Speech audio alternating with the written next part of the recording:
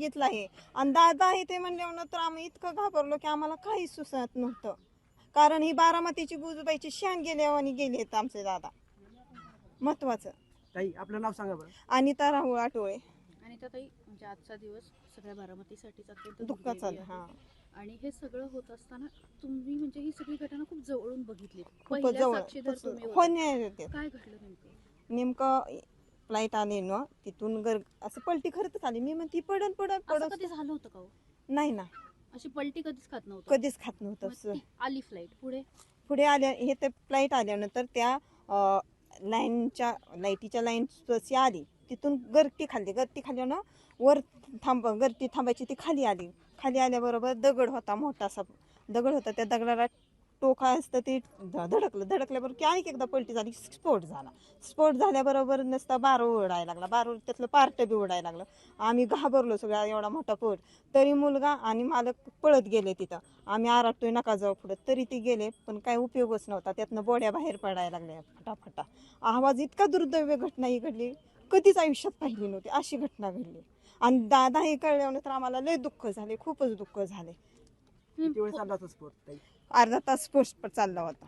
पण ताई म्हणजे ते विमान आलं आणि पहिल्यांदा त्या दगडाला थोडस धडकलं. हा, धडकलं आणि पलटी खाल्ली एक. पलटी खाली. तिथं एक मोठा पत्थर बी दगड बी आहे तिथं वरती. आणि मग त्याच्यानंतर ते स्फोट होत गेले. हा. असं एकदम एकदा स्फोट झाला, पण त्यातून परत बार होत गेलं.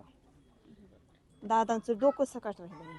इतकं आम्ही जवळनं पाहिलं, ती त्याच्या बँकेची टाकाने इजवलं, अंगावर पाणी ओतलं, पण काही उपयोग नव्हता. आम्हाला माहित नव्हतं दादा आहेत म्हणून.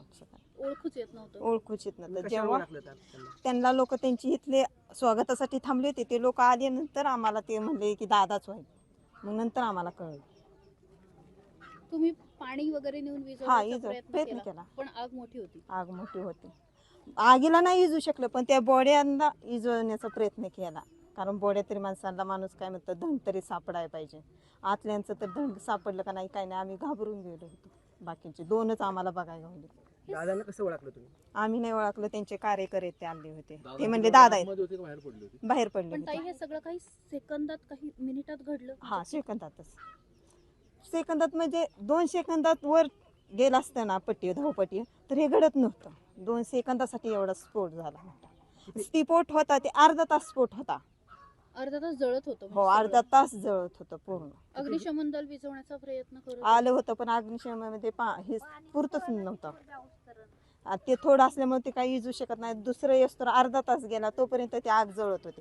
आणि मग ज्या बोड्या 2 पडल्या होत्या त्या बोड्यांवर पाणी टाकायसाठी माणूस की ना त्याने आम्ही गेलो. आम्हाला माहित नव्हतं दादा आहेत म्हणून. त्यात पण त्याचे पार्ट म्हणजे स्फोट इतका मोठा होता की पार्ट पुढेपर्यंत येऊन पडले होते. पाठ इथं घराच्या भीती, पत्र्या, असं साईड नाही सगळं पडलं. आमच्या भोवताली बी पडत होतं, पण त्या टायमीला आम्हाला काहीच कळत नव्हतं काय करावं. ह्या टाइम आम्ही नुसतं आरडतच राहिलो होतो. विमानाने किती घाट्या घातल्या? एक घातली होती अशी, आणि हिथं आल्यानं गरगर 2 फिरलं आणि खाली येऊन पडलं. आता या सगळ्या घटनेनंतर तुम्हालाही कळलंय की अजित पवार आपल्या हा, काय आपल्या नाही. भावना आहेत? खरं दुःखदायक घटना घडलेली आहे. आमच्या बारामतीची शान गेली. आता आम्ही जणू काय आमचा बाप गेल्यासारखं झालंय. हे जे आपण काय म्हणतो आई वडील असतात, तसं वडिलांसारखं ते होते आमच्यासाठी. हे वाईट घडलंय, असं घडायचं नको होतं. आमच्या बारामतीची शान गेली खरंच.